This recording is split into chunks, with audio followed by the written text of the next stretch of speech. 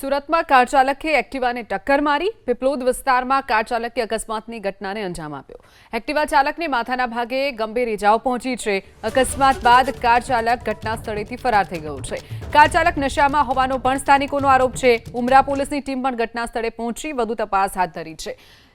તો સુરતમાં વધુ એક હિટ એન્ડ રનની ઘટના સામે આવી છે। તો બીજી તરફ કારમાંથી દારૂનો જથ્થો પણ મળી આવ્યો છે। સ્થાનિકોનો આરોપ છે કાર ચાલક દારૂના નશામાં હતો। બીજી તરફ એક્ટિવા પર જે સવાર હતા તેમને માથાના ભાગે ગંભીર ઇજાઓ પહોંચતા સારવાર માટે હોસ્પિટલમાં ખસેડવામાં આવ્યા છે।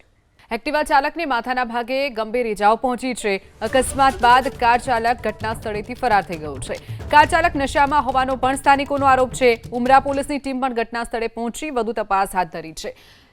તો સુરતમાં વધુ એક હિટ એન્ડ રનની ઘટના સામે આવી છે। તો બીજી તરફ કારમાંથી દારૂનો જથ્થો પણ મળી આવ્યો છે। સ્થાનિકોનો આરોપ છે કાર ચાલક દારૂના નશામાં હતો। બીજી તરફ એક્ટિવા પર જે સવાર હતા તેમને માથાના ભાગે ગંભીર ઇજાઓ પહોંચતા સારવાર માટે હોસ્પિટલમાં ખસેડવામાં આવ્યા છે।